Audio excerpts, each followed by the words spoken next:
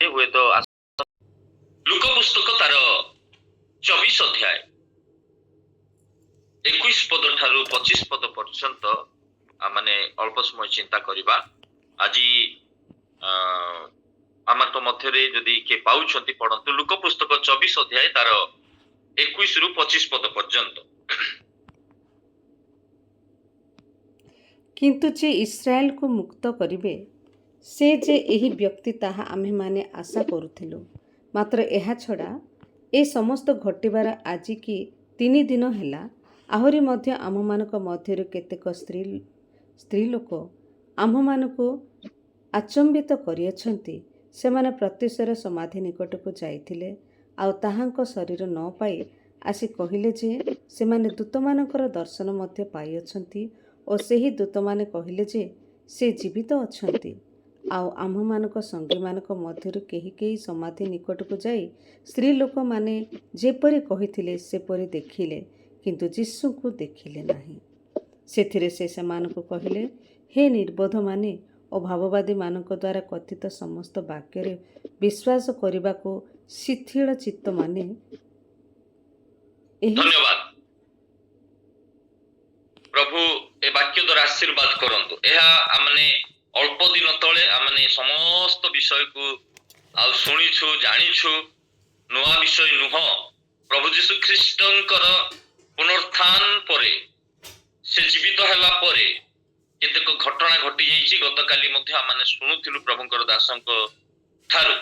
तो एई समस्त घटना जेतेबेले जीशु ख्रीष्टंकर मृत्यु भोग हला तांकर पाखरे नियरेस्ट जो माने थिले शिष्य माने तांकर आउ तांको फॉलो करिवा लोक माने जे माने तांकर लोक माने से माने बहुत शिथिल अवस्था को पळे आस्थिले, एक निरुत्साहित अवस्था को पळे आस्थिले। से माने एक बाइबल लेखा जे से माने जीशु जेमति कहउछंती शिथिल चित्त माने इमाय नगर को जतेबेले माने जाउछंती जेरूशलेम ठारू आउ से माने कथन करबा बेले जीशु आपे से मानकर संगी हेले आउ से मानकर कथा को सब सुनुछंती। से माने चिन्हि पाउनांती जीशु को।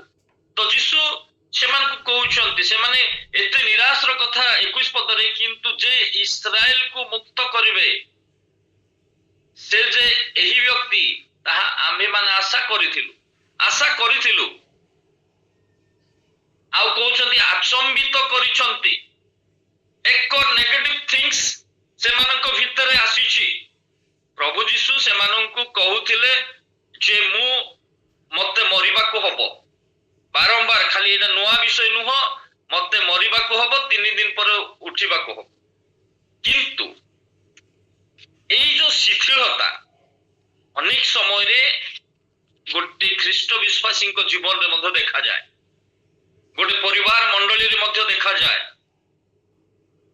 आत्मिक शिथिलता अनेक समय माने सुनिछु, आज मध्य अल्प समय चिंता करिबा। आत्मिक शिथिलता एमानकर आत्मिक शिथिलता जीशु जेतेबेले पाखरे थिले उद्योग थिला, जीशु जेतेबेले पाखरे थिले आश्चर्य कार्य करूथिले, प्रभुंकर पथर पथर जाउथिले, प्रभुंकर स्तुति करूथिले, समस्त विषय ठीक थिला। किंतु प्रभु जीशुंकर जेतेबेले शेष कार्य जहा तांकु समाप्त करिबाकू पडिला, तांकु से समस्त कार्य करिबाकू पडिला, आउ से जेतेबेले क्रूस उपरे आ मृत्यु भोग कले, कबरस्थ हेले, मृत्यु को जय करके उठिछंती, से आडकु से मानकर एते चिंताधारा नाही। कारण लुक पुस्तक 24 अध्याय रे लिखा जाय स्त्री लोक माने जीशु को आमे विश्वास करछु, किंतु से स्त्री लोक माने सुगंधित तैल नेकी जाइछंती गोटे मृत व्यक्ति को लगेवा पाए। से माननको परे से माने मने पकैले, भूली जाइथिले, न पदरे से मानकु स्मरण आसिला। किंतु प्रथम रे से माने जानछंती जीशु मृत्यु होई की रही थिबे, तांको आमे आउ कोन करिबा, तैल मखेबा। 24 अध्याय से 4-5 आड़ को लिखा जाए आउ से स्त्री लोक माने हत बुद्धि होउछंती। 24:5 रे लिखा जाए स्त्री लोक माने भयभीत होउछंती। जहन 20:11 रे लिखा हिची स्त्री लोक माने बा मरियम कांदुछंती। लुक से 24:5 रे लिखा जाए स्त्री लोक माने मृत मानक मध्यरे ରହିକି ଜୀବିତଙ୍କର ଅନ୍ୱେଷଣ କରୁଛନ୍ତି। ସେଥିପାଇଁ ଦୂତ ମାନେ କହିଲେ ଏଇଟା ତ ମୃତ ମାନଙ୍କର ଜାଗା, ଜୀବିତଙ୍କର ତମେ କୁଆଡେ ଅନ୍ୱେଷଣ କରିବା ପାଇଁ ଆସିଛ? ଅନେକ ସମୟରେ ଆତ୍ମିକ ଶିଥିଳତା ବେଳେ ବେଳେ ଆମମାନଙ୍କୁ କିଛି ନେଗେଟିଭ ଥିଙ୍ଗସ୍ ଚିନ୍ତାଧାରାରେ ଆଣେ, ଭୟଭୀତ କରାଏ, ଆଚମ୍ବିତ କରେ, ନିରାଶ ସେମାନେ କହୁଛନ୍ତି ଆଶା କରିଥିଲୁ। ତ ଏଇ ଜାଗାରେ ପ୍ରଭୁ କହୁଛନ୍ତି ଶିଥିଳ ଚିତ୍ତ ମାନେ, ସ୍ଲୋ ହାର୍ଟ। ଅନେକ ସମୟରେ ଖ୍ରୀଷ୍ଟ ବିଶ୍ୱାସୀଙ୍କ ଜୀବନରେ ମଧ୍ୟ ଏହି ଶିଥିଳତା ଦେଖାଯାଏ। ଯୀଶୁ କହୁଛନ୍ତି ମୁଁ ବାରମ୍ବାର ତୁମମାନଙ୍କୁ କହିଥିଲି। ଭାବବାଦୀ ମାନଙ୍କ ଦ୍ୱାରା ଆଗରୁ ହିଁ ଆଉ ତାହା ଭାବବାଦୀ ମାନଙ୍କ ଦ୍ୱାରା ପରିପ୍ରକାଶିତ ହେଇଛି ଯେ ଜଣେ ବ୍ୟକ୍ତି ଈଶ୍ୱର ସ୍ୱୟଂ ମନୁଷ୍ୟ ରୂପରେ ଆସିବେ, ଜଗତର ପାପର ଭାରକୁ ବହନ କରିବେ, କବରରେ ରହିବେ, ମୃତ୍ୟୁକୁ ଜୟ କରିକି ଉଠିବେ। ସମସ୍ତ ବିଷୟ ଆଗରୁ ପ୍ଲାନ୍ ଥିଲା, ଆଗରୁ ଭବିଷ୍ୟତବାଣୀ କୁହାଯାଇଥିଲା, ତାହା ଯୀଶୁ ଖ୍ରୀଷ୍ଟଙ୍କ ଜୀବନରେ ସଫଳୀକୃତ ହେଲା। ତ ଏଇ ଯୋଉ ଶିଥିଳ ଚିତ୍ତ କି ପ୍ରକାର ହୁଏ ବେଳେ ବେଳେ, ପ୍ରଭୁ ଯୀଶୁ ଖ୍ରୀଷ୍ଟ ମୃତ୍ୟୁକୁ ଜୟ କରିକି ଉଠିଛନ୍ତି, ଠିକ ଅଛି, କିନ୍ତୁ ବର୍ତ୍ତମାନ ମୁଁ କୋଉ ହାର୍ଟରେ ଅଛି? ମୁଁ ମୋ ପରିବାର କିମ୍ବା ମୋ ମଣ୍ଡଳୀ ଶିଥିଳତାରେ ଅଛି ନା ଆଉ ପ୍ରଭୁଙ୍କ ପାଇଁ ଉଦ୍ଯୋଗରେ ଅଛି? ପ୍ରକାଶିତ ପୁସ୍ତକରେ ଆଉ ସାରଦୀ ମଣ୍ଡଳୀକୁ ପ୍ରଭୁ କହୁଛନ୍ତି ତୁମେ ନାମରେ ଜୀବିତ କିନ୍ତୁ ପ୍ରକୃତରେ ମୃତ ଅଟ। ଲାଉଦିକିଆ ମଣ୍ଡଳୀକୁ ପ୍ରଭୁ କହୁଛନ୍ତି ସେମାନେ ଶିଥିଳ ନୁହଁ କି ଉଷ୍ମ ନୁହଁ। ଲାଉଦିକିଆ ମଣ୍ଡଳୀର ସେମାନେ ଦୁର୍ଭାଗା ଥିଲେ, ଦିନହୀନ ଥିଲେ, ଦରିଦ୍ର ଥିଲେ, ଉଲଙ୍ଗ ଥିଲେ ପ୍ରଭୁଙ୍କ ଦୃଷ୍ଟିରେ। ଏଫିସି ମଣ୍ଡଳୀରେ ଆଦ୍ୟ ପ୍ରେମ ସେମାନେ ପରିତ୍ୟାଗ କରୁଛନ୍ତି। ଏଫିସି ମଣ୍ଡଳୀରେ ପତନ ଅବସ୍ଥାରେ ଥିଲେ ସେମାନେ। ପର୍ଗମ ମଣ୍ଡଳୀ ଦେବପ୍ରସାଦ, ବ୍ୟଭିଚାର, ବେଶ୍ୟାଗମନ ଏ ସମସ୍ତ ଫାନ୍ଦ ଥିଲା ସେମାନେ। এই সমস্ত শিথিলতা କରିଦିଏ ଗୋଟେ ବ୍ୟକ୍ତିଙ୍କ ଜୀବନରେ, ଗୋଟେ ମଣ୍ଡଳୀରେ। ତ ଆଜି ଅଳ୍ପ ସମୟ ଚିନ୍ତା କରିବା এই ଆତ୍ମିକ ଶିଥିଳତା, এই ଶିଥିଳ ଚିତ୍ତ ବା ଆତ୍ମିକ ଶିଥିଳତା କି ପ୍ରକାର ଦେଖାଯାଏ। ଏଭ୍ରି ପୁସ୍ତକକୁ ଖୋଲିବା ପ୍ରଥମ ବିଷୟ। ଏଭ୍ରି ପୁସ୍ତକ ତାର 5 ଅଧ୍ୟାୟ 8 ପଦରୁ 11 ପଦ ଯଦି କିଏ ପାଉଛନ୍ତି ପଢିବା। ଏଭ୍ରି ଲେଖକ ଆଉ କଣ କହନ୍ତି ଆତ୍ମିକ ଶିଥିଳତା ବିଷୟରେ। ଏଭ୍ରି 5 ଅଧ୍ୟାୟ 8 ରୁ 11 ପଦ ପର୍ଯ୍ୟନ୍ତ।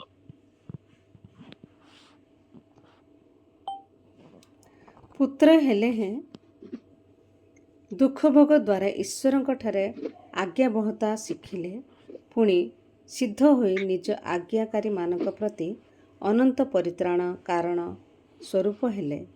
ଏହେତୁ ସେ ଈଶ୍ୱରଙ୍କ କର୍ତ୍ତୃକ ମଲ୍କିସେଦଙ୍କ ସଦୃଶ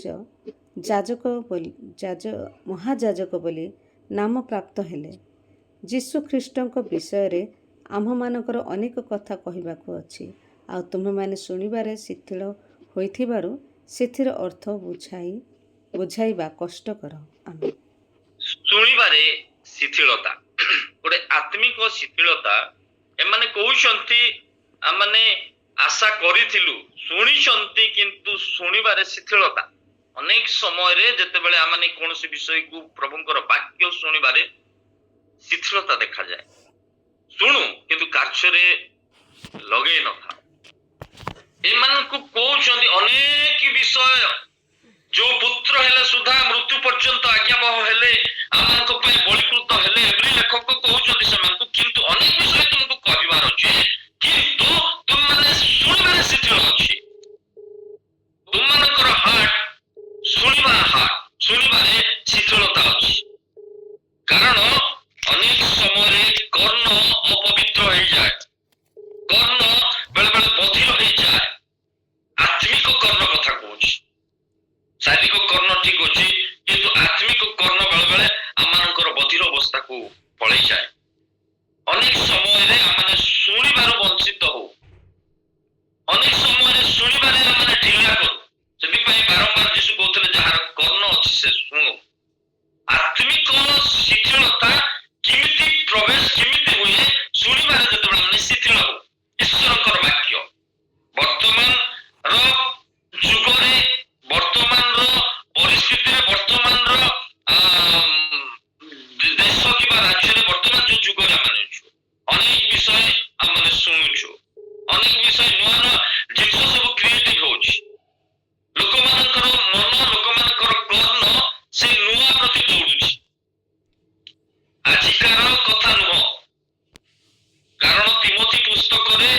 ଆଉ ଦ୍ୱିତୀୟ ତିମୋଥୀ 4:3-4 ଲେଖା ଯେ ଶୁଣିବାରେ ଲୋକମାନେ ଶେଷ କାଳରେ ସେମାନେ ଶୁଣିବାରେ ଶିଥିଳ ହେଇଯିବେ, ହିତଜନକ କଥା ଶୁଣିବେ ନାହିଁ, ବହୁ ଶିକ୍ଷକଙ୍କୁ ସଂଗ୍ରହ କରିବେ, ସତ୍ୟ ବାକ୍ୟରେ କର୍ଣ୍ଣ ଦେବେ ନାହିଁ, କଳ୍ପିତ କାହାଣୀ ଉପରେ ମନୋନିବେଶ କରିବେ।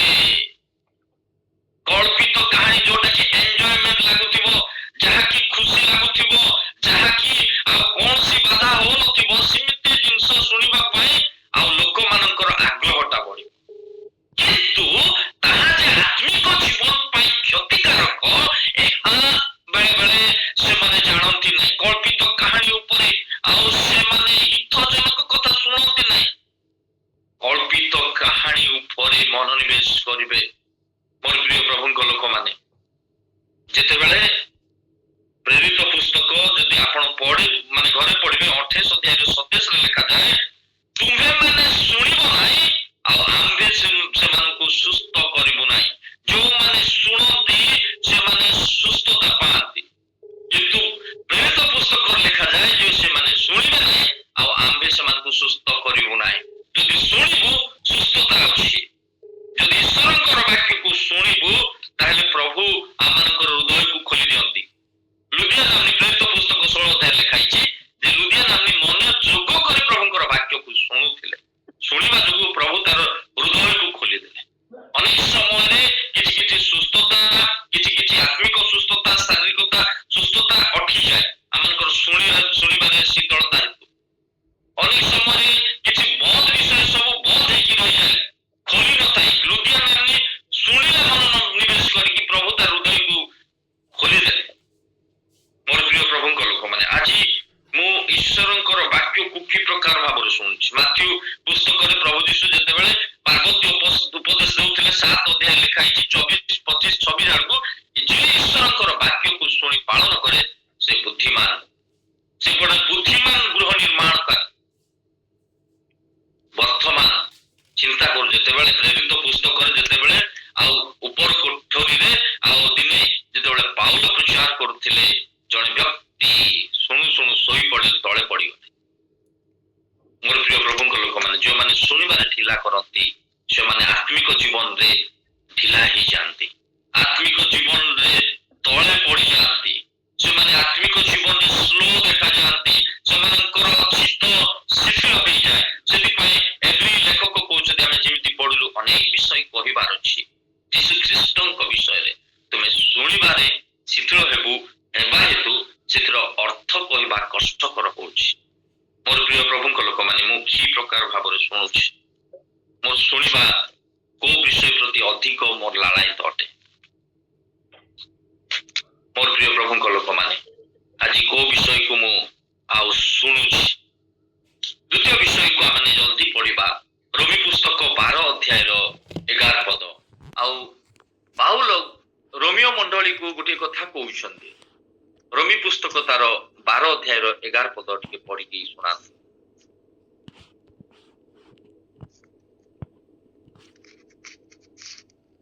ଉଦ୍ଯୋଗରେ ଶିଥିଳ ହୁଅ ନାହିଁ, ଆତ୍ମାରେ ଉତ୍ତପ୍ତ ହୁଅ, ପ୍ରଭୁଙ୍କ ସେବା କର। ଧନ୍ୟବାଦ। ବେଳେ ବେଳେ ଉଦ୍ଯୋଗରେ ଶିଥିଳତା ଦେଖାଗଲେ ଟୋଟାଲ ଆତ୍ମିକ ଜୀବନ ଶିଥିଳ ହେଇଯାଏ। ଅନେକ ବେଳେ ଉଦ୍ଯୋଗତା ଆମମାନଙ୍କର ଜୀବନରେ ଥାଏ, କିନ୍ତୁ କିଛି ଉଦ୍ଯୋଗତା ବେଳେ ବେଳେ ଶିଥିଳ ଅବସ୍ଥାକୁ ଚାଲି ଆସେ। ଏଇ ଯୋଉ ଶିଷ୍ୟ ମାନେ କହୁଛନ୍ତି, ଆମେ ଆଶା କରିଥିଲୁ ଆମମାନଙ୍କୁ ଆଉ ଜଣେ ବ୍ୟକ୍ତି ସେ ଯିଏକି ଥିଲେ, ସେ ଆମେ ଆଶା କରିଥିଲୁ ପ୍ରଭୁ ଆମମାନଙ୍କୁ ମୁକ୍ତ କରିବେ ବୋଲି, କିନ୍ତୁ କାହିଁ ଅନେକ ସମୟରେ ସେମାନଙ୍କର ଉଦ୍ଯୋଗତା ଶିଥିଳ ହେଇଯାଇଛି। ଜେରୁସାଲାମରୁ ସେମାନେ ବାହାରିକି ପଳେଇ ଯାଉଛନ୍ତି ଗୋଟେ ଇମାନୁଏଲ ଜାଗାକୁ, ଅଳ୍ପ ବାଟ ହେଇପାରେ, କିନ୍ତୁ ଗୋଟେ ପୁଣ୍ୟ ନଗରୀରୁ ଆଉ ଗୋଟେ ନଗରକୁ ଚାଲି ଯାଉଛନ୍ତି। ଗୋଟେ ଈଶ୍ୱରଙ୍କର ଉପସ୍ଥିତିର ସ୍ଥାନରୁ ସେମାନେ ଆଉ ଗୋଟେ ସ୍ଥାନକୁ ଚାଲି ଯାଉଛନ୍ତି।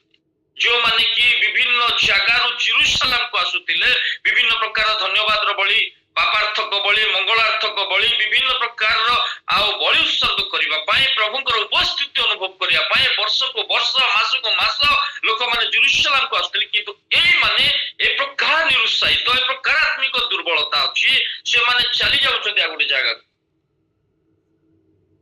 ଶେଷ 24ର ଶେଷ ଆଡକୁ ଅନେକ ଆଶୀର୍ବାଦ ପ୍ରଭୁ କଲେ, ସେମାନଙ୍କର ହୃଦୟକୁ ଖୋଲିଦେଲେ, ସେମାନଙ୍କୁ ପ୍ରଭୁ ଚିହ୍ନା ଦେଲେ। ସବୁ ବିଷୟ ହେଲା ପରେ ପ୍ରଭୁ ସେମାନଙ୍କୁ ଆଶୀର୍ବାଦ କଲେ। ପୁନର୍ବାର ସେମାନେ ଜେରୁସାଲେମକୁ ଫେରି ଆସୁଛନ୍ତି। ଉତ୍ସୁକତା ବେଳେ ବେଳେ ଶିଥିଳ ହେଇଯାଏ। ଉତ୍ସୁକତା ବେଳେ ବେଳେ ଆଉ ଶିଥିଳ। ଯେତେବେଳେ ଦାଉଦ ଯାଇଛନ୍ତି ଆଉ ଶୁଣୁଛନ୍ତି ଗଲିଆତର ରଣହୁଙ୍କାର, ସମସ୍ତେ ଶିଥିଳ। ପରମେଶ୍ୱରଙ୍କର ନାମକୁ ଗଲିଆତ ତୁଚ୍ଛ କରୁଛନ୍ତି। ସମସ୍ତେ ଟେଣ୍ଟ ଭିତରେ, ଏପରିକି ସାଉଲ ରାଜା, ତାଙ୍କର ସୈନ୍ୟ ସାମନ୍ତ ଭୟଭୀତ। 40 ଦିନ ଜଣେ ଆସିକି ଚିଲଉଛି, ଏ ଯଦି ଆସୁ ଯୁଦ୍ଧ କରିବା ପାଇଁ। ଦାଉଦ କହିଲେ ନାଇଁ, ମୁଁ ଯୁଦ୍ଧ କରିବି। ଏହା ହଉଛି ଶିଥିଳତା ନୁହଁ, ଉତ୍ସୁକ। ସେ ଆତ୍ମାରେ ଉତ୍ତପ୍ତ ହଉଛନ୍ତି, ନାଇଁ ମୁଁ ଏଇ ବ୍ୟକ୍ତି, ଇଏ କିଏ ଆମ ପରମେଶ୍ୱରଙ୍କୁ ତୁଚ୍ଛ କରିବ। ପରମେଶ୍ୱରଙ୍କ ପାଇଁ ସେ ଉଦ୍ଯୋଗତାକୁ ଦେଖେଇଲେ। ବିଜୟ ଆସିଲା। ଯୋଉମାନେ ଉତ୍ସୁକ ହୁଅନ୍ତି ବିଜୟ ପାଆନ୍ତି। ଦ୍ୱିତୀୟ ବଂଶାବଳୀ ପୁସ୍ତକରେ ଲେଖା ହେଇଛି ଯେ ଜଣେ ବ୍ୟକ୍ତି ସେ କଣ କରୁଛନ୍ତି, ମନ୍ଦିରର କବାଟକୁ ଚିହ୍ନ ସଂସାର କରୁଛନ୍ତି। ମୋର ପ୍ରଭୁଙ୍କର ଲୋକମାନେ ଅନେକ ସମୟରେ ବେଳେ ବେଳେ ପ୍ରାର୍ଥନାରେ, ବାକ୍ୟ ଅଧ୍ୟୟନରେ, ପ୍ରଭୁଙ୍କର ସେବାରେ ଆମମାନଙ୍କର ଉଦ୍ଯୋଗତା ବେଳେ ବେଳେ ଶିଥିଳ ଅବସ୍ଥାକୁ ପଳାଇ ଆସେ।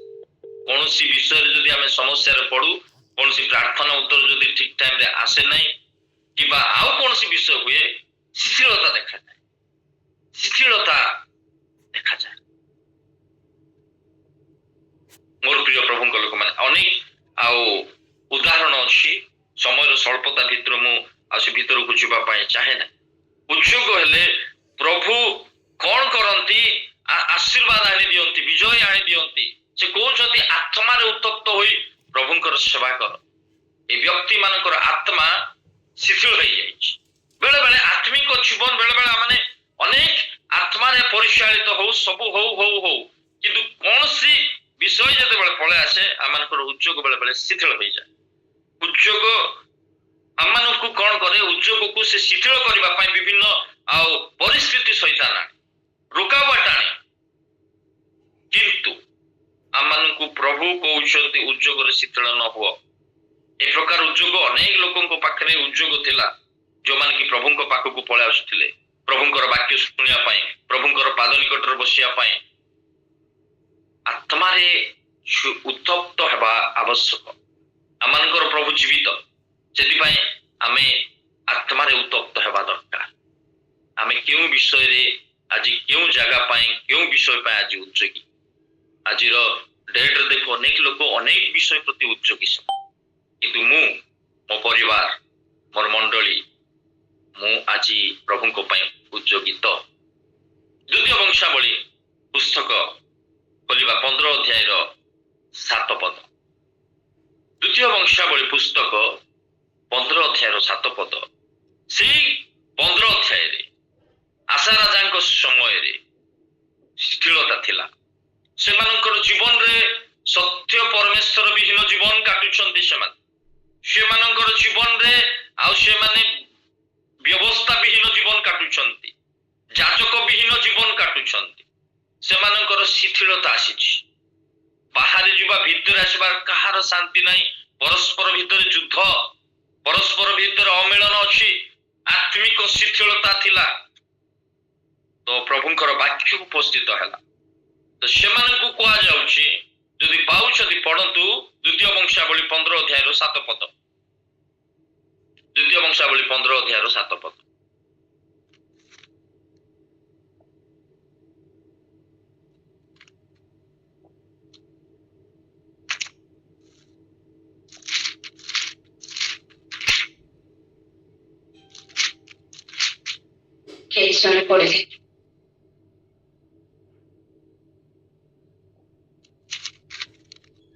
ପାଇଲେ କି?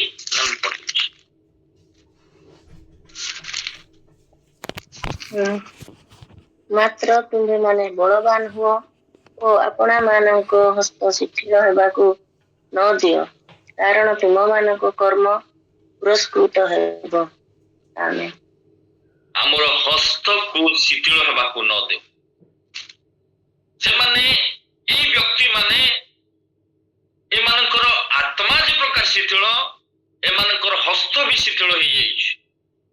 ଏଇ ଯୋଉ ଶିଷ୍ୟମାନେ ଇମାମନଗରକୁ ଯାଉଛନ୍ତି କହୁଛନ୍ତି ଆମେ ଆଶା କରିଥିଲୁ, କିନ୍ତୁ ସେଇ ହସ୍ତରେ ଅନେକ ବାର ଯୀଶୁଙ୍କର ଆଶ୍ଚର୍ଯ୍ୟ କାର୍ଯ୍ୟ ବିଷୟକୁ ସେମାନେ ଅନୁଭବ କରୁଛନ୍ତି। ସେ ଯୀଶୁ ଖ୍ରୀଷ୍ଟଙ୍କର ଆଶ୍ଚର୍ଯ୍ୟ କାର୍ଯ୍ୟ କରିବାର ରୁଟିକୁ ଖାଇଛନ୍ତି। ଅନେକ ସମୟରେ ସେମାନେ ଦେଖିଛନ୍ତି ଯୀଶୁଙ୍କର ସମସ୍ତ ବିଷୟକୁ, କିନ୍ତୁ ସେମାନଙ୍କର ଆତ୍ମା, ଶରୀର, ମନ ସବୁ ଦୁର୍ବଳ ହେଇଯାଇଛି। ଏଇ ବଂଶାବଳୀ ପୁସ୍ତକର ଯୋଉ ଅଧ୍ୟାୟ ଅନ୍ୟ କଲୁ, ସେମାନଙ୍କର ହସ୍ତ ଶିଥିଳ ହେଇଯାଇଥିଲା, ସେମାନଙ୍କର ମନ ଶିଥିଳ ହେଇଯାଇଥିଲା। ତ ସେମାନଙ୍କୁ କୁହାଉଛି ତୁମମାନଙ୍କର ହସ୍ତ ଶିଥିଳ ହେବା ପାଇଁ ଦିଅ ନାହିଁ, କାରଣ ତୁମର କର୍ମ ପୁରସ୍କୃତ ହବ।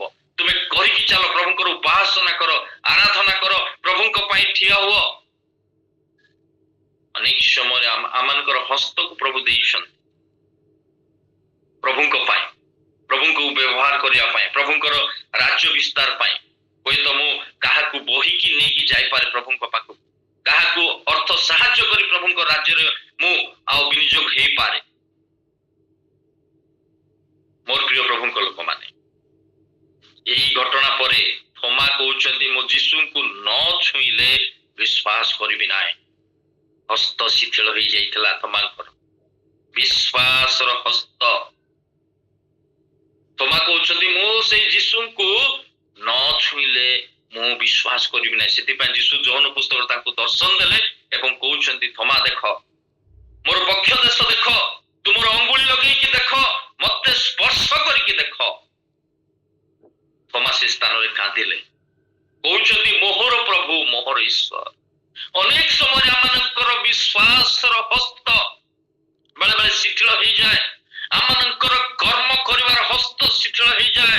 ଅନେକ ସମୟରେ ପ୍ରଭୁଙ୍କ ପାଇଁ ବ୍ୟବହାର ହେବାର ହସ୍ତ ଆମେ ଶିଥିଳ କରିଦେଉ, ଯଦ୍ୱାରା ତାହା ଇଫେକ୍ଟ ପରେ ଆମମାନଙ୍କର ଆତ୍ମାକୁ, ଇଫେକ୍ଟ କରେ ପଡେ ଆମମାନଙ୍କର ଆତ୍ମିକ ଜୀବନ। ହିତୋପଦେଶ ଲେଖାଯାଏ 3:27ରେ ଉପକାର କରିବାର ଯଦି ତୁମର ଶକ୍ତି ଅଛି, ତାହେଲେ ସେଟାକୁ ଶିଥିଳ ନ କର, ତୁମେ ସାହାଯ୍ୟ କର, ପ୍ରଭୁଙ୍କର କାର୍ଯ୍ୟ ନିମନ୍ତେ ବ୍ୟବହାର କର। ନିହିମିଆ ଗଲେ ହସ୍ତରେ କାର୍ଯ୍ୟ କରିଲେ। ଆଜି ପ୍ରଭୁ ମତେ ଅନେକ ହସ୍ତ ଦେଇଛନ୍ତି। ପ୍ରକାଶିତ ପୁସ୍ତକ 3:2ରେ ଲେଖାଯାଏ, ଗୋଟେ ମଣ୍ଡଳୀକୁ ପ୍ରଭୁ କହୁଛନ୍ତି ତୁମର କର୍ମ ଆମ୍ଭ ଦୃଷ୍ଟିରେ ସିଦ୍ଧ ନୁହଁ।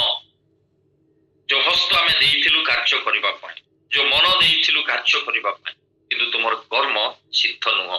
କିନ୍ତୁ ଏ ସ୍ଥାନରେ ଲେଖା ହେଇଛି, କହୁଛନ୍ତି ତୁମର ହସ୍ତକୁ ଶିଥିଳ ହେବା ପାଇଁ ଦିଅ ନାହିଁ, ଆଉ କଣ କର, ତୁମର ହସ୍ତ ଶିଥିଳ ହେବାକୁ ନ ଦିଅ, କାରଣ ତୁମର କର୍ମ ପୁରସ୍କୃତ ହବ।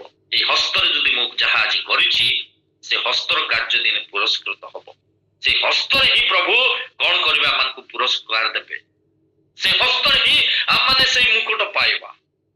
ତେଣୁ ମୋର ପ୍ରିୟ ପ୍ରଭୁଙ୍କ ଲୋକମାନେ, ମୋର ହସ୍ତକୁ ମୁଁ ଆଜି ଦୁର୍ବଳ ନ କରେ। ଅନେକ ସମୟରେ ହସ୍ତ ବେଳେ ବେଳେ ଦୁର୍ବଳ ହେଇଯାଏ। ମୁଁ ଷ୍ଟଡି କରୁଥିଲି ଯେତେବେଳେ ପ୍ୟାସନ ୱିକ୍ ବା ଯୀଶୁଙ୍କର ସେଇ ଆଉ ଦୁଃଖ ଭୋଗ ସପ୍ତାହ, ଥୋମାଙ୍କର ହସ୍ତ ଶିଥିଳ ଥିଲା। ଯୀଶୁଙ୍କ ପାଖରେ ରହିକି ଆଉ ଜଣଙ୍କର ହସ୍ତ କଣ ହେଇଥିଲା, ପିତ୍ତର, ଯେ କି କଣ କରୁଛନ୍ତି, ସାଙ୍ଗେ ସାଙ୍ଗେ ଖଣ୍ଡା ବାହାର କରି ଜଣଙ୍କର କାନକୁ କାଟି ଦଉଛନ୍ତି। ଯୀଶୁଙ୍କ ପାଖରେ ରହିକି ମଧ୍ୟ ସେ ଆତ୍ମସଂଯମ ନୁହଁ, ସେ ହସ୍ତରେ ଅନ୍ୟକୁ ଆଘାତ କରୁଛନ୍ତି, ଅନ୍ୟକୁ କଣ କରୁଛନ୍ତି, ଦୁଃଖ ପହଞ୍ଚାଉଛନ୍ତି। ମୋର ପ୍ରିୟ ପ୍ରଭୁଙ୍କ ଲୋକମାନେ, ମୋର ହସ୍ତ ପ୍ରଭୁ ଦେଇଛନ୍ତି, ତାକୁ ମୁଁ ପ୍ରଭୁଙ୍କ ସେବାରେ ବ୍ୟବହାର କରେ। ସେ ହସ୍ତ ଦିନେ ପୁରସ୍କୃତ ହବ। ସେ ହସ୍ତରେ ମୁକୁଟ ମାନେ ପାଇବା ପାଇଁ ଯାଉଛୁ। ଅନେକ ଲୋକମାନେ ଯୋଉମାନେ କି ଆଉ ଇସ୍କରିୟତ ଯିହୁଦାଙ୍କର ହସ୍ତ କଣ ହେଲା, ଲାଞ୍ଚ ନେବାର ହସ୍ତ, ଅନ୍ୟକୁ ବିକ୍ରି କରିଦେବାର ହସ୍ତ। ମୋର ପ୍ରିୟ ପ୍ରଭୁଙ୍କ ଲୋକମାନେ, ତ ମୋର ହସ୍ତ ଆଜି କି ପ୍ରକାର ଭାବରେ ମୁଁ ବ୍ୟବହାର କରୁଛି। ମୋର ଆତ୍ମିକ ହସ୍ତକୁ ମୁଁ ଶିଥିଳ କରିଦେଇଛି ନା ଆତ୍ମିକ ହସ୍ତକୁ ମୁଁ ବଢେଇଛି। ଆଜି ଅନେକ ଲୋକ ଅଛନ୍ତି ଯୋଉମାନେ କି ସାକ୍ରିଫିସିଆଲି, ତ୍ୟାଗଯୁକ୍ତ ଭାବରେ ଦାନ ଦେଉଛନ୍ତି, ପ୍ରଭୁଙ୍କ ପାଇଁ ବ୍ୟବହାର ହଉଛନ୍ତି। ସେ ହସ୍ତରେ କାର୍ଯ୍ୟ କରି, ସେ ହସ୍ତରେ ପ୍ରଭୁଙ୍କ ପାଇଁ ସେମାନେ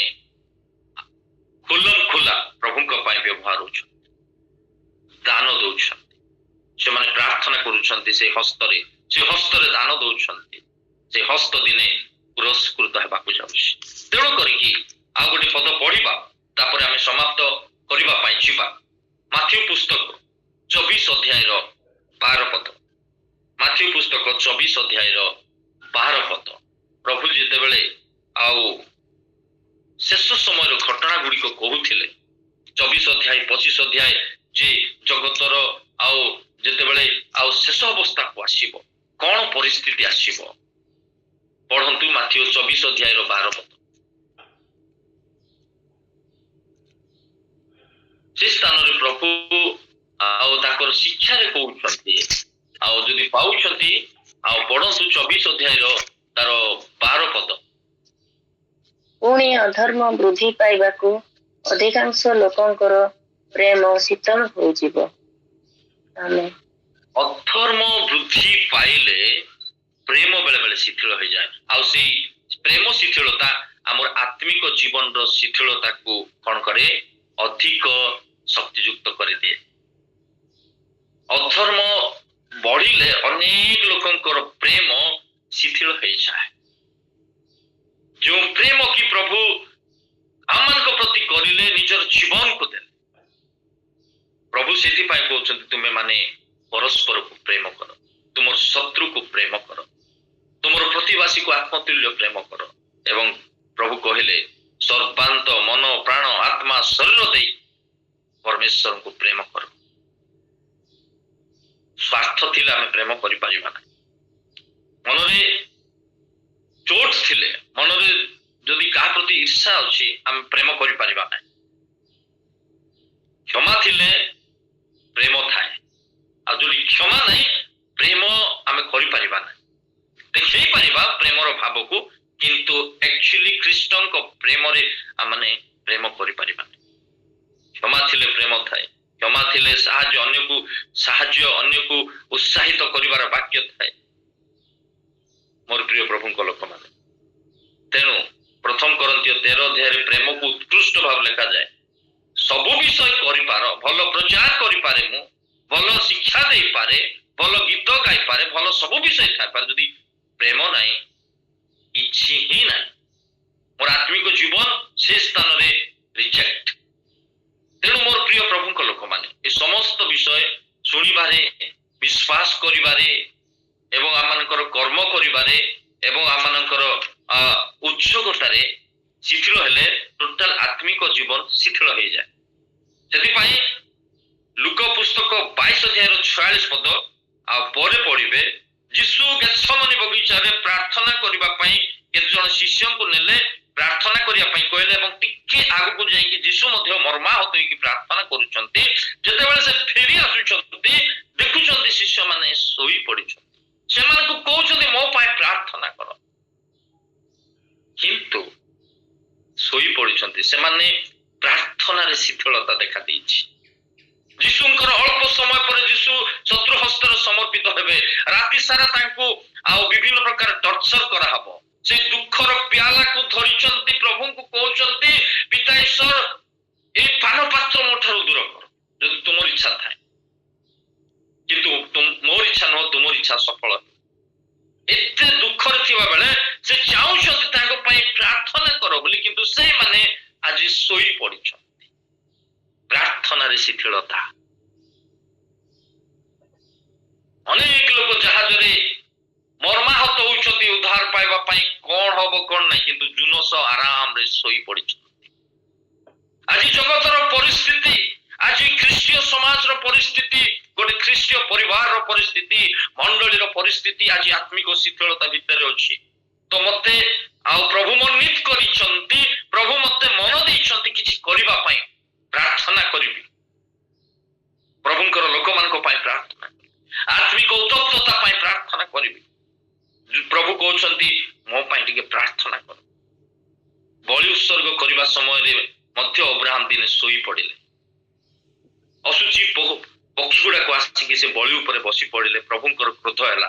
ଅବ୍ରାହମକୁ ପ୍ରଭୁ କହିଲେ ତୁମର ବଂଶ 40 ବର୍ଷ ଦାସତ୍ୱ ବନ୍ଧନରେ ରହିବ। ମୋର ପ୍ରିୟ ପ୍ରଭୁଙ୍କ ଲୋକମାନେ, ଆଜି ମୁଁ କୋଉ ବିଷୟରେ ଆଜି କ୍ଳାନ୍ତ ହେଇଯାଇଛି କି ପ୍ରାର୍ଥନା କରିବାରେ। ତେଣୁ ମୋର ପ୍ରିୟ ପ୍ରଭୁଙ୍କର ଲୋକମାନେ, ପ୍ରଭୁ କହୁଛନ୍ତି ହେ ବିଶ୍ୱାସ କରିବାରେ ଶିଥିଳ ଚିତ୍ତ ମାନେ, ଆତ୍ମିକ ଶିଥିଳତା ଅନେକ ବିଷୟକୁ ଆସିକି ପହଞ୍ଚେ ଏବଂ ଟୋଟାଲ ଆତ୍ମିକ ଶିଥିଳତା ଦେଖାଯାଏ। ହୁଏତ ଶୁଣିବାରେ, ଉଦ୍ଯୋଗ ହେବାରେ, କାର୍ଯ୍ୟ କରିବାରେ, ପ୍ରାର୍ଥନା କରିବାରେ, ପ୍ରେମ କରିବାରେ। ଆଜି এই ସମସ୍ତ ବିଷୟ ମୋର ଶିଥିଳ କି? ଯଦି ଶିଥିଳ ଅଛି ପ୍ରଭୁଙ୍କୁ କହିବା, ପ୍ରଭୁ ତୁମର ଆତ୍ମାଙ୍କର ଉତ୍ତପ୍ତତା ଦିଅ, ଯେପରି ମୁଁ ତୁମ ପାଇଁ ତୁମର ଗୌରବ ନିମନ୍ତେ ଏକ ଆତ୍ମାରେ ଉତ୍ତପ୍ତ ହୋଇ ତୁମର ସେବା କରିବି, ତୁମଠାରୁ ଆଶୀର୍ବାଦ ପାଇ। ପ୍ରଭୁ এই ବାକ୍ୟ ଦ୍ୱାରା ଆମେ ପ୍ରତ୍ୟେକଙ୍କୁ ଆଶୀର୍ବାଦ କରନ୍ତୁ। ସମସ୍ତଙ୍କୁ ନମସ୍କାର, ଧନ୍ୟବାଦ। Amen, amen, hallelujah. Amen. Amen.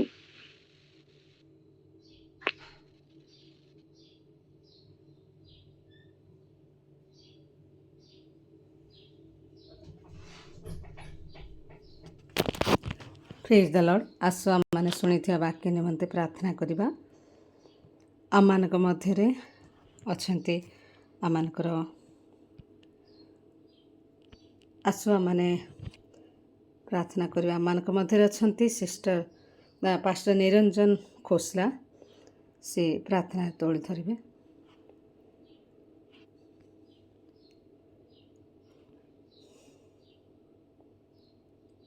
ଅନୁରୋଧ କରିବି, ଆମମାନଙ୍କର ନିରଞ୍ଜନ ଭାଇ ନାହାନ୍ତି, ମଳୟ କୁମାର ନାୟକ ଭାଇ ଅଛନ୍ତି, ପ୍ରାର୍ଥନା କରିଦେବେ।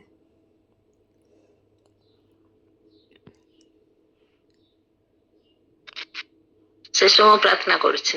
ଆଜ୍ଞା। ଆସନ୍ତୁ ମାନେ ପ୍ରାର୍ଥନା କରିବା। ଧନ୍ୟବାଦ ଧନ୍ୟବାଦ ଧନ୍ୟବାଦ ଦଉଛି ମହାନ ପରମେଶ୍ୱର, ତୁମର ଚରଣ ତଳେ ବସିବା ପାଇଁ ତୁମେ ଆମକୁ ସୁନ୍ଦର ସୁଯୋଗ ଦେଲ, ସେଥିପାଇଁ ଧନ୍ୟବାଦ ଦଉଛି। Thank you lord. ମହାନ ପରମେଶ୍ୱର, ତୁମ ଦାସଙ୍କ ଦ୍ୱାରା ଆଜି ଆମମାନଙ୍କୁ ଆହୁରି ସତର୍କତାର ସହିତ ଜୀବନ କାଟିବା ପାଇଁ ତୁମେ ଆମକୁ ପ୍ରଭୁ ଜାଗ୍ରତ କରୁଛ। Thank you lord. ପ୍ରଭୁ ତୁମେ ଆମକୁ ଏଇ ସୁନ୍ଦର ସହଭାଗିତା ଦ୍ୱାରା ଆମମାନଙ୍କର ଆତ୍ମିକ ଜୀବନର ଅଭିବୃଦ୍ଧି ପାଇଁ ତୁମେ ଆମକୁ ସାହାଯ୍ୟ କରୁଛ, ସେଥିପାଇଁ ଧନ୍ୟବାଦ ଦଉଛି। ଧନ୍ୟବାଦ ଦଉଛି ପ୍ରଭୁ। ଆଜିର ବାକ୍ୟ ମାଧ୍ୟମରେ ତୁମେ ଆମକୁ ଆହୁରି ସଜାଗ ହେବା ପାଇଁ, ଆଉ ପ୍ରଭୁ ଯେମିତି ଆଉ କୌଣସି କାର୍ଯ୍ୟରେ ଆମେ ଅବହେଳା କରିବୁନି ପ୍ରଭୁ, ତୁମକୁ ଇମ୍ପୋର୍ଟାନ୍ସ ଦେବୁ, ତୁମେ ସାହାଯ୍ୟ କର ପ୍ରଭୁ। ତୁମେ ଆମକୁ ସେଇ ପବିତ୍ର ଆତ୍ମାଙ୍କର ଜ୍ଞାନ ଦିଅ, ବୁଦ୍ଧି ଦିଅ ପ୍ରଭୁ। ଯାହା କିଛି ଆଜି ବାକ୍ୟ କହିଲେ ପ୍ରଭୁ, ଆମେ ଯେମିତି ତୁମକୁ ଆହୁରି ଭୟ କରିବା ପାଇଁ ଶିଖିବୁ, ଆଉ ତୁମର ସେଇ ସବୁ କମାଣ୍ଡମେଣ୍ଟସକୁ ମାନିବୁ ପ୍ରଭୁ। ତୁମେ ଆମକୁ ସେଇ ସୁବୁଦ୍ଧି ପ୍ରଦାନ କର। ପବିତ୍ର ଆତ୍ମା ତୁମେ ଆମକୁ ଆହୁରି ଗାଇଡ କର, ସେଇ ସ୍ପିରିଟ ଅଫ ୱିଜଡମ ଦିଅ ପ୍ରଭୁ। ବାକ୍ୟର ନିଗୁଡ ତତ୍ତ୍ୱ ସବୁ ଆହୁରି ବୁଝିପାରିବୁ, ତୁମେ ସାହାଯ୍ୟ କର। ବିଦ୍ୟୁତ ଭାଇଙ୍କୁ ତୁମେ ବିଶେଷ ଭାବରେ ଆହୁରି ଆଶୀର୍ବାଦ କର, ତୁମେ ତାଙ୍କୁ ଆହୁରି ବ୍ୟବହାର କର, ତାଙ୍କ ଦ୍ୱାରା ତୁମେ ଆହୁରି ଗୌରବ ପାଅ। ତାଙ୍କର ପରିବାରକୁ ଆଶୀର୍ବାଦ କର, ତାଙ୍କର ଯାହା କିଛି ନିଡ୍ସ ଅଛି ସବୁ କିଛି ତୁମେ ଯୋଗାଅ ପ୍ରଭୁ। ମହାନ ପରମେଶ୍ୱର, ସେ ଯେଉଁ ଜାଗାରେ କାର୍ଯ୍ୟ କରନ୍ତି ବିଶେଷ ଭାବରେ ସେ କ୍ଷେତ୍ର ଗୁଡ଼ିକରେ ତୁମେ ଆଶୀର୍ବାଦର ହସ୍ତ ରଖ। ଯେଉଁମାନଙ୍କ ମଧ୍ୟରେ ସେ କାର୍ଯ୍ୟ କରୁଛନ୍ତି ବିଶେଷ ଭାବରେ ସେ ପ୍ରାର୍ଥନା ମଧ୍ୟ ଜଣେଇଥାନ୍ତି ପ୍ରଭୁ, ସେ ପରିବାର ଗୁଡ଼ିକ ଯେମିତି ଆହୁରି ଆତ୍ମିକ ଜୀବନ ବଢିବେ, ତାଙ୍କ ସେଇ ମଣ୍ଡଳୀ ଯେମିତି ବୃଦ୍ଧି ହେଇପାରିବ, ତୁମେ ସାହାଯ୍ୟ କର। ତାଙ୍କର ପୁଅମାନଙ୍କୁ ଆଶୀର୍ବାଦ କର, ତାଙ୍କର ପରିବାରକୁ ଆଶୀର୍ବାଦ କର, ତାଙ୍କୁ ତୁମେ ଆହୁରି ବ୍ୟବହାର କର। ଅନେକ ହଜାର ଆତ୍ମା ତୁମ ନିକଟକୁ ଆସିପାରିବେ, ତୁମେ କାର୍ଯ୍ୟ କର। ଆଜି ଯେତେ ଜଣ ଏଠି ଯୋଡି ହେଇଛି ପ୍ରଭୁ, ସମସ୍ତଙ୍କୁ ମଧ୍ୟ ଆହୁରି ଆତ୍ମିକ ଜୀବନ ବଢାଅ। ଆମମାନଙ୍କୁ ମଧ୍ୟ ପ୍ରଭୁ ଯୋଉ ଦାୟିତ୍ୱ ଦେଇଛ ପ୍ରଭୁ, ତୁମର ବିଷୟ ଅନ୍ୟକୁ କହିବା ପାଇଁ, ତାହା ସବୁ ଆମେ ଯେମିତି ଅନ୍ୟକୁ କହିପାରିବୁ, ସେଥିପାଇଁ ତୁମେ ଆମକୁ ସାହାଯ୍ୟ କର ପ୍ରଭୁ। ବାକ୍ୟ ଶୁଣି ପ୍ରଭୁ ତାହା ଯେମିତି କାର୍ଯ୍ୟରେ ଲଗେଇବୁ ପ୍ରଭୁ, ଆଉ ତୁମ ନିମନ୍ତେ ବଞ୍ଚିବୁ, ତୁମର ଗୌରବର କାରଣ ହେଇପାରିବୁ। ଆଉ ପ୍ରଭୁ ତୁମେ ସାହାଯ୍ୟ କର, ମାନେ ଯେମିତି ଆମ ସମସ୍ତଙ୍କର ଜୀବନ ଦ୍ୱାରା ତୁମେ ଗୌରବ ପାଅ, ତୁମେ ମହିମା ପାଅ ପ୍ରଭୁ। ତୁମ ରାଜ୍ୟ କାର୍ଯ୍ୟ ଯେମିତି ବଢିପାରିବ, ତୁମେ ସାହାଯ୍ୟ କର। ଏତେବେଳେ ଏହି ପ୍ରାର୍ଥନାଟି ପ୍ରଭୁ ଯୀଶୁ ଖ୍ରୀଷ୍ଟଙ୍କ ନାମରେ ମାଗୁଛି, ଆମେନ୍। Amen, amen. ଆମେନ୍ ଆମେନ୍। ବହୁତ ବହୁତ ଧନ୍ୟବାଦ ପୁଣି ପ୍ରତ୍ୟେକଙ୍କ ପାଇଁ, ଆଉ ବକ୍ତାଙ୍କ ପାଇଁ ପ୍ରାର୍ଥନାରେ ତୋଳିଚେରି ଅଛନ୍ତି। ପ୍ରଭୁ ଗୌରବ ପାଆନ୍ତୁ ଏବଂ ପ୍ରଭୁ ଆପଣଙ୍କୁ ଆପଣଙ୍କ ସପରିବାରକୁ ପ୍ରଚୁର ପ୍ରଚୁର ଆଶୀର୍ବାଦ କରନ୍ତୁ, ଆମେନ୍। ଆସୁ ବର୍ତ୍ତମାନ ଆମମାନେ ସମସ୍ତେ ସେହି ଆଗାମୀ କାର୍ଯ୍ୟକ୍ରମ ସାକ୍ଷୀ ଆଡକୁ ଯାଉଥିବା। ଆଉ ସାକ୍ଷୀ ଯିବା ପୂର୍ବରୁ ଆସନ୍ତାକାଲିର ସୂଚନା ଶୁଣି ନେବା।